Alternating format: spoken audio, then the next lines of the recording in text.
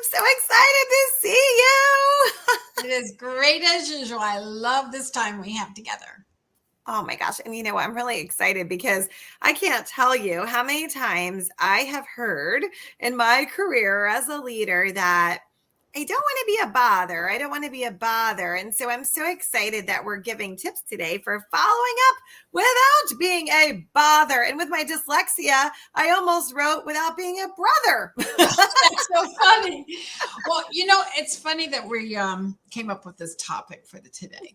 I really feel that there's a misconception about follow-up. Okay. Oh, so yeah. so I look at there's levels of follow-up. And we're going to teach the level of follow-up that anyone and everyone would enjoy having done to them, we'll say, or having someone approach them. Okay, not done to them, but approach them. And so here's the levels. There are reminders, there's an encouragement, and there's downright stalking. Oh, And we're going to do another level, bounty hunter. oh. What that means is they see a price attached to that person. If I get them, wow, it's a price. I'm going to make some money. Okay, so to me, we really want to think about how we are going to follow up so that we're not the bother, we're not stalking, and we're not a bounty hunter. Yes. I just know, Erica, I really appreciate reminders and encouragement. Oh my goodness, think of the word encouragement, to give courage. Where someone I never looked at it that way. Say it again. Say it again. Okay. Encouragement is really helping someone by giving them some courage. So how do we give them courage? Through the follow-up process, we do a lot of asking of questions. So for example, Erica, if I say to you, we've talked about, how we both love essential oils, right? So let's use essential oils. Okay. So if I ask you, have you ever had an experience with essential oils? Okay. Mm-hmm. And you say, I have. Well, my next question should be, tell me about that experience.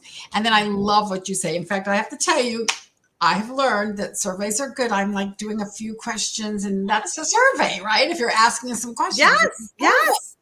So if they say, well, I've used them for this. Okay, tell me how it worked. How did it work for you?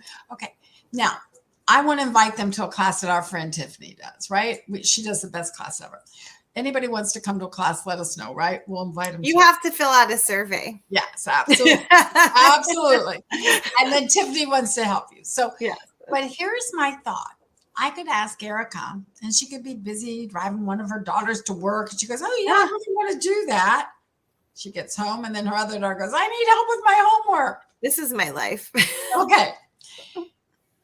Well, she meant to do this. She wanted to do this.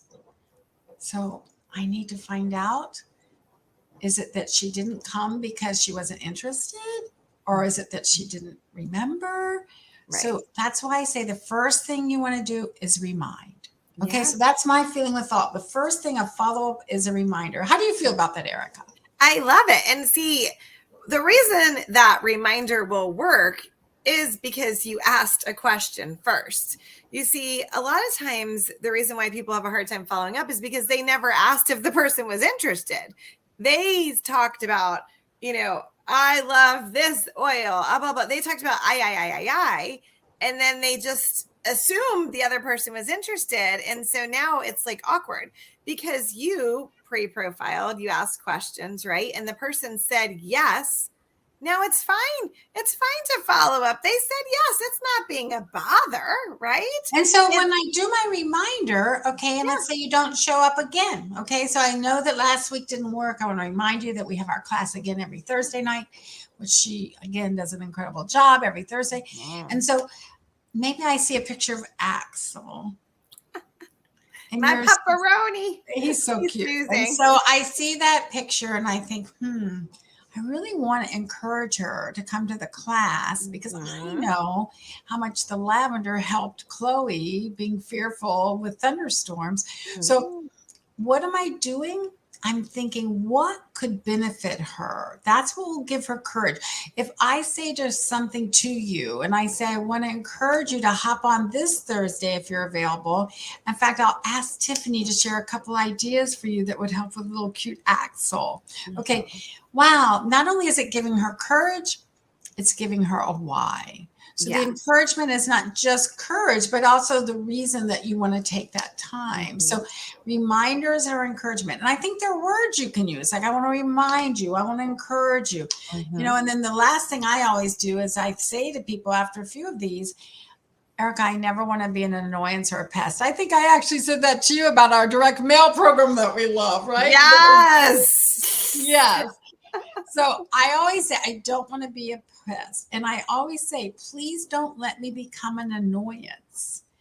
Please message me back if you've just been busy and you need some more reminders about the next event. I get the nicest messages. She does. And listen, let me tell you, she was reaching out to me for the mail thing, but it was during my annual sale, right? And I was bananas. Okay, I've got 600 customers. I'm doing this. It was perfect timing, by hand, all this stuff. And so I was a little busy. And so I remember that message and I was like, oh crap. She has been going out of her way to make me feel special. She mailed me something. She's been reaching out and I'm just being rude at this point. And I felt really bad about it. And I apologized to you. And it was just that I was busy and it wasn't anything against Eileen. But let me tell you guys something. Had Eileen not done those levels, she asked me for my address. She mailed me something. She followed up. Had she not followed up, she would have just spent money on mailing me some fabulous brownies, right? So she followed up and then look where we are now. I increased my sales by 50% by adding this tool. 50% people, so she was brave, I guess you'd say, because some of you are afraid to do this, but she was like probably thinking, I can't even believe Erica. This would be great for her. What's the problem? You weren't taking it personally, were you? No. And I think that's the other thing with follow-up. I know people will say things like when they're making calls, oh, they probably see my phone number and they're not answering, or they're ignoring my texts or emails. Well, no, the email probably went to spam. Yeah. Does that a lot. That's why we like direct mail so much now. Yeah. Texting, they may have seen it again and people get busy. Follow up is really important for the busy people who we know will do a good job of anything, right? And here's the other thing, one of my sayings about follow up is that sometimes people aren't consistent in follow up because they feel that people are resistant in doing or sharing or becoming a part of or whatever it is. But I really feel like for me, even with essential oils, I've sort of made this sort of like a thing when I'm sharing that I used to be resistant and now I'm consistent and it's a part of my daily life. Oh, I can't even handle all these fabulous sayings and t-shirts. Okay, listen, enough already. Eileen, you're writing a book on just sayings, okay? Just get to writing it. Just get a Google Doc and just every day, just write. You're going to have a book next Thursday, okay? You are so amazing.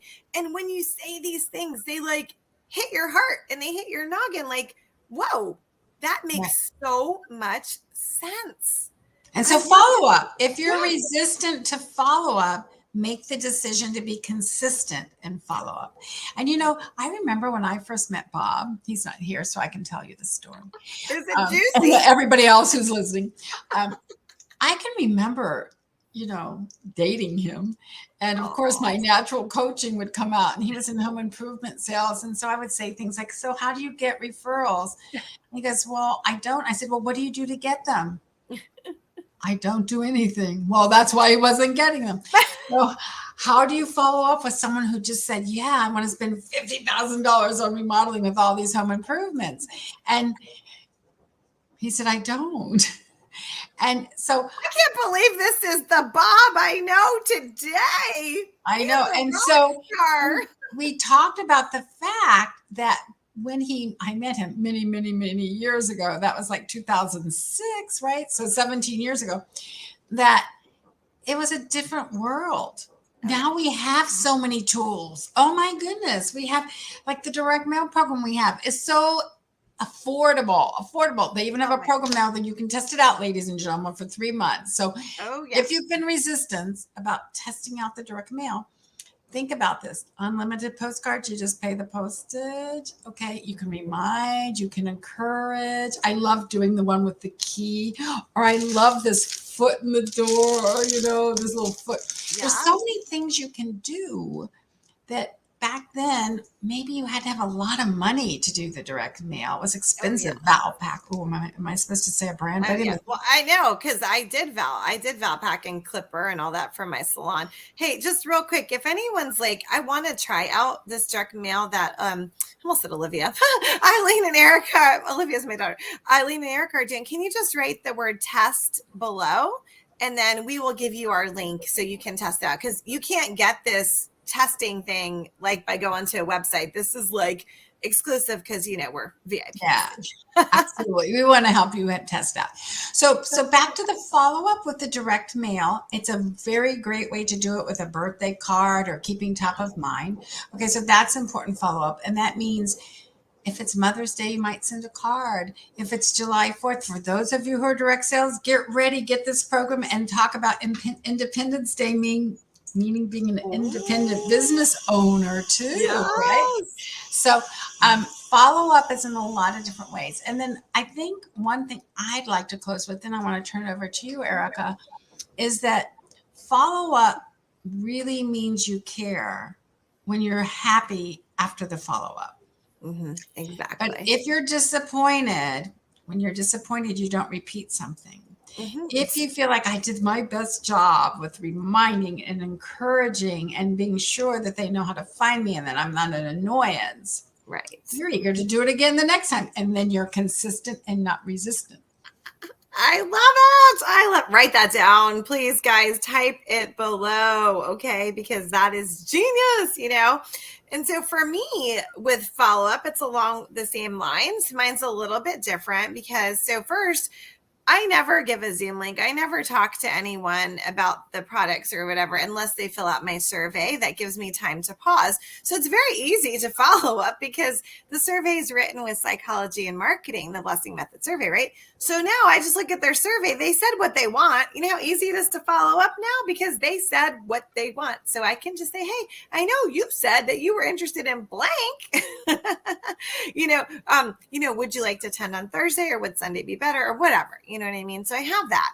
Now, if I wanted someone to fill out the survey and they have not filled out the survey, I still need to follow up. It doesn't mean they said no, right? It doesn't mean no unless they actually said the word no, right? So if I wanted someone to fill it out, then I would do reminders. Hey, I was really looking forward to receiving your survey. Or I know that you had mentioned you were interested in help with allergies. I'd really love for you to take the survey so that I can help you. Or, is there any chance that you could spend 2 minutes today to fill out the survey? I'd really love to be able to help you with blank.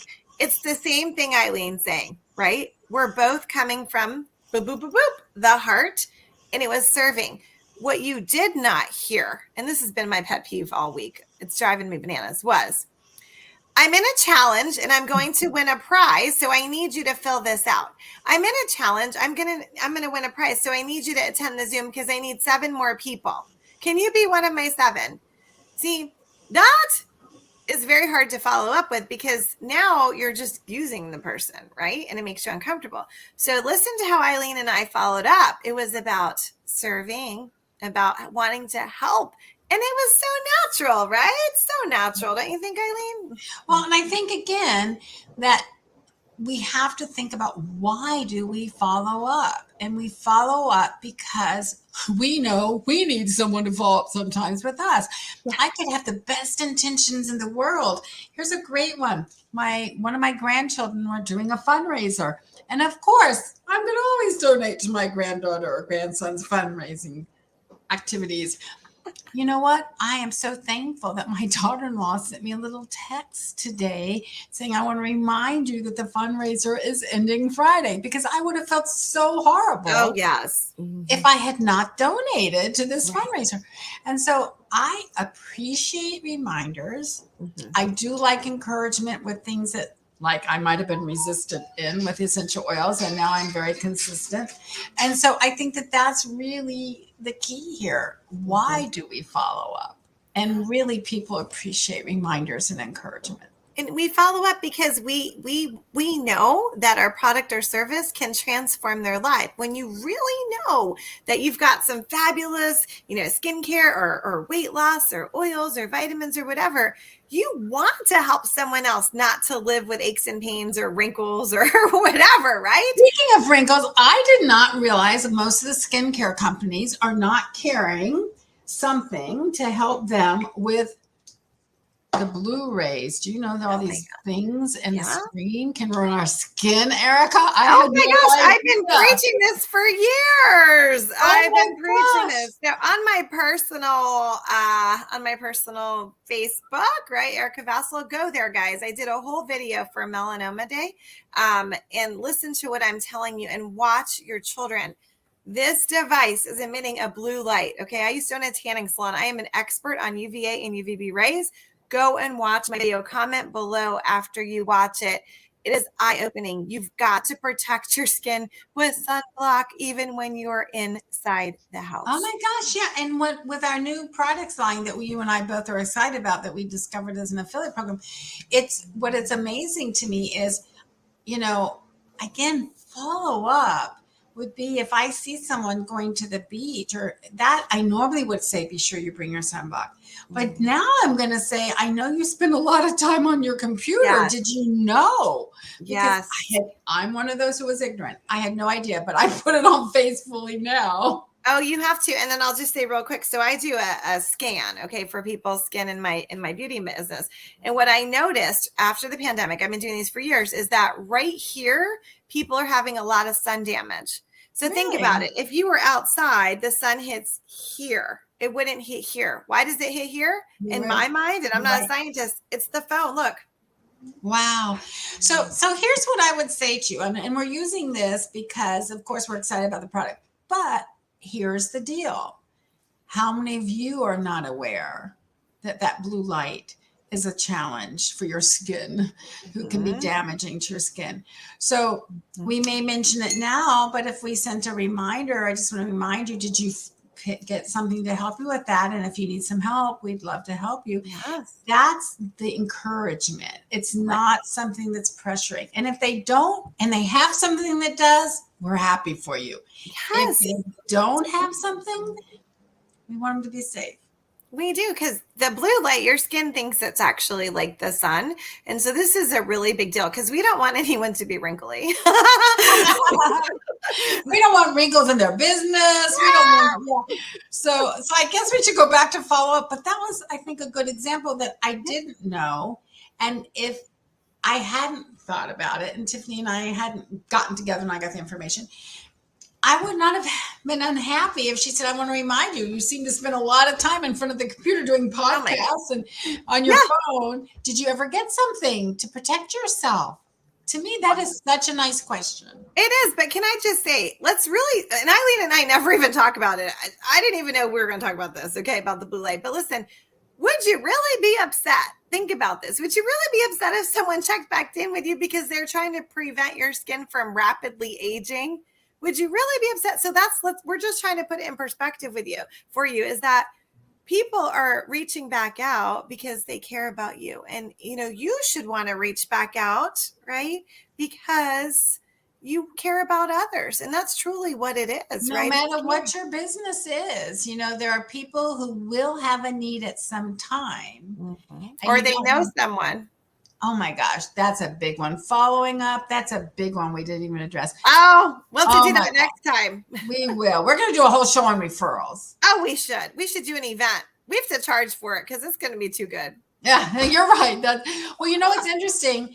The only reason I think charging is a really good thing sometimes is perceive value. And I hope our Oh, yeah. listeners realize that you're valuable. Every one of you are. And so when you do bring something to the table and you do want to charge a little bit for something, don't hesitate. So, Yes. but we love doing these too, because it's just fun for us to get together with all of you and meet you and share a little bit of what we feel is important Yes. and making a difference in biz, but we want it to make a difference in your biz like it is in ours. We do. And I'll just say, just piggyback on that before we end, is that it is actually proven that when someone pays for something, whether it's $1 or $5, that they're more invested, they're more likely to show up and apply the knowledge. Right. And so if we're going to share something with you that can transform your business, we really want to. So if we charge you a few bucks for something, it's because we know that statistically speaking, that if we charge a few bucks for you to attend, that you're going to have far better results than if we're just like, hey, just show up on Zoom. And just like Eileen said, think about that for your business. How much are you giving away for free? And what's the success rate with your clients? So, hey, just an extra thing. We can't help ourselves, Eileen. We're just full of these nuggets. We keep going and going and going, don't we? We have to run. We have to run. We both have appointments. Yes. All right. Everybody have a great week. Share us out, okay? See you next Thursday at 12 Eastern. Bye. Bye.